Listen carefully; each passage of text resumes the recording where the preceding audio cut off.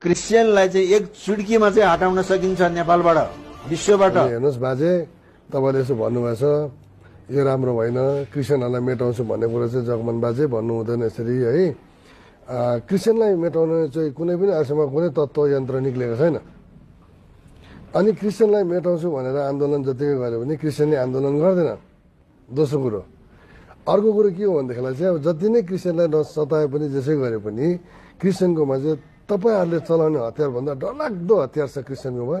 त्यो चाहिँ क्रिस्चियन चाहिँ घुँडा टेकेर प्रार्थना गर्छ। फेरि क्रिस्चियनले घुँडा टेकेर प्रार्थना गरेपछि चाहिँ जगमान त 100वटा त के 1000वटा जगमान पनि आफै उडे जान्छ। नगएको होइन, गएकै हो। एक समय थियो राजाकै शासनमा पनि अब क्रिस्चियनलाई त नसताएको होइन नि, सतायो नि। कसैलाई मार्यो, कसैलाई बिचरा जेलमा हाल्यो, कतिलाई कुट्यो, शासना गर्यो। तर कहिले क्रिस्चियन प्रतिकारमा उत्रेन। मुर्दाबाद त जिन्दाबादको नारा पनि लाएन होइन। कहिले क्रिस्चियनले हतियार पनि चलाउनु बाहिर आएन। कसैले एकजनाको कसैलाई थप्पड हान्नु आएन, बरु थप्पड खायो। तर सारा क्रिस्चियनमा एउटा युनिटी चाहिँ के राम्रो छ भने हामी जुनसुकै चर्चको भयो भने जहाँसुकै भयो भने संसारभरिका क्रिस्चियनले के गरिदिए, नेपालको लागि प्रार्थना गरिदिए।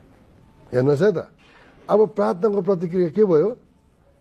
यति मजाले राजाले अब नेपाल हटाएर क्रिस्चियन हटाइदिन्छु भनेको थियो, भएर पछि त राजा शासन डल्लै हटेको गऱ्यो। अहिले त त्यो राज सिंहासन भनौँ न, मतलब नारायण हृदय दरबार त अहिले के भयो, म्युजियम पो भयो क्रिस्चियनलाई सताउने हुँदा। यसकारण जगमन बाजे अहिले तपाईँले हालैमा भन्नुभएको नभन्नुहोस्।